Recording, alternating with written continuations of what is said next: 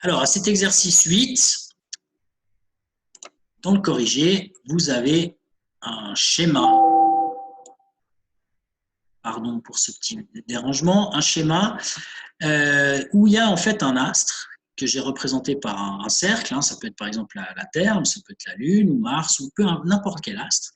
Et puis, vous avez donc un objet de masse petit m, que je vais représenter en vert ici, qui se trouve à la surface de cet astre.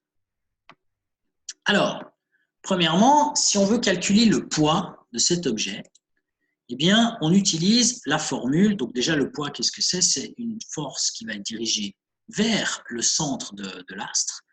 Et donc, ce poids, pour le calculer, il faut faire m fois g, où m, c'est la masse de l'objet qui se trouve à la surface. Et le g, c'est justement ce qu'on cherche, c'est-à-dire l'accélération de la pesanteur de l'astre.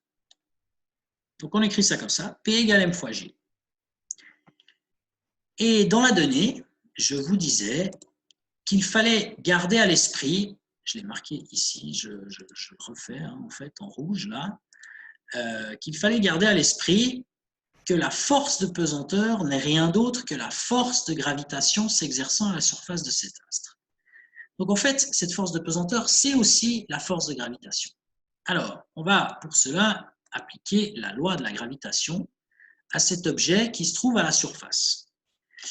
La loi de la gravitation, elle dit quoi? Elle dit que, en rouge, voilà, tac, elle dit que pour la calculer, il faut faire G, qui est la constante universelle de la gravitation, et puis ensuite, il y a deux objets. Donc, quels sont les deux objets qui s'attirent? Il y a l'astre, premier objet, et la masse M, ici, deuxième objet. Alors, cette masse M, c'est en vert. C'est la même masse qui apparaît ici dans le poids, et c'est cette masse de l'objet qui est à la surface. La masse de l'astre, je vais la faire en jaune, orange. La masse de l'astre, c'est la masse de la planète ou de l'astre, hein, donc la Terre, la Lune, Mars, n'importe quoi, sur lequel se trouve l'objet justement de masse M. Et d'après la formule de la gravitation, il faut diviser ça par la distance qui les sépare en carré. Alors cette distance, c'est là le petit truc à voir, en fait, je vais la représenter en violet. Cette distance, c'est quoi en réalité? C'est la distance entre l'astre et l'objet. Alors, sur le schéma, on le voit très bien que cette distance, en fait, c'est la distance entre le centre de l'astre et le centre de l'objet. Donc, en fait, cette distance, elle correspond à quelque chose de bien précis. Elle correspond en réalité au rayon de l'astre. Parce qu'un objet qui se trouve à la surface, eh bien, sa distance jusqu'au centre de l'astre, c'est le rayon de l'astre, justement. C'est la distance entre la surface et l'astre. Alors, du coup, dans la formule, je peux remplacer cette distance par le rayon de l'astre, au carré, bien entendu, hein, dans la formule. Et puis donc, le reste, je le garde tel quel. Donc, la masse de l'astre en orange et la masse de l'objet qui se trouve à la surface en vert. Alors, l'idée là-dedans, c'est là que la petite phrase, hein, garder à l'esprit que la force de pesanteur, c'est-à-dire ce que j'ai là en haut, l'équation 1, c'est égal à la force de gravitation, c'est-à-dire l'équation 2. Donc l'idée, c'est d'égaler tout ça. Alors, c'est ce que j'ai fait ici à la partie 3. Vous avez la masse de l'astre fois G, qu'on retrouve ici, masse de l'astre fois G, et ça, c'est égal, en fait, à la force de pesanteur, à la force de gravitation qui est ici. Donc, G fois la masse de l'astre fois la masse de l'objet qui se trouve à la surface et le tout divisé par le rayon de l'astre au carré. Donc, on a cette égalité et maintenant, le but, c'est de trouver quoi? C'est de trouver la masse. Alors, comment trouver la masse? Eh bien, je vais mettre ça un petit peu plus haut.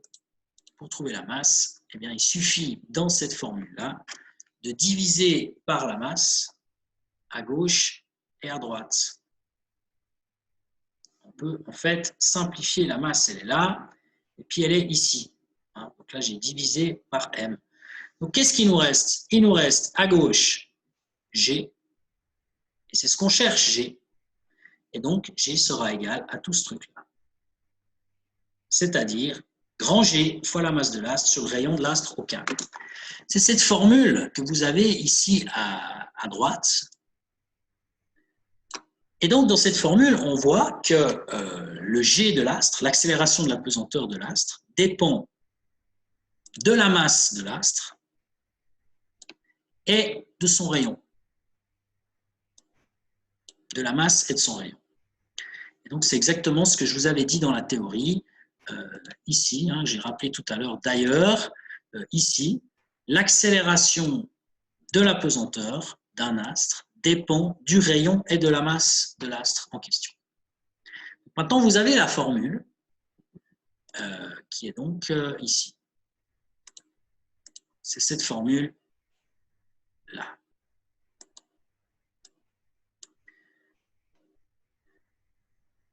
Alors maintenant, et c'est le cas pour la partie B et pour la partie C, que je vous donne donc en devoir pour la semaine prochaine, vous devez, en connaissant la masse, par exemple, vous remplacez astre par la Terre, eh bien, si vous connaissez la masse de la Terre et le rayon de la Terre, vous pouvez donc calculer le G de la Terre. Si vous connaissez la masse de la Lune et le rayon de la Lune, vous pouvez calculer le G de la Lune. Et c'est justement ce qu'il faut faire aux parties B et C, que je vous donne donc à faire pour la semaine prochaine. Vous devez calculer l'accélération de la pesanteur à la surface de la Terre, et puis à la partie C, calculer l'accélération de la pesanteur à la surface de la Lune.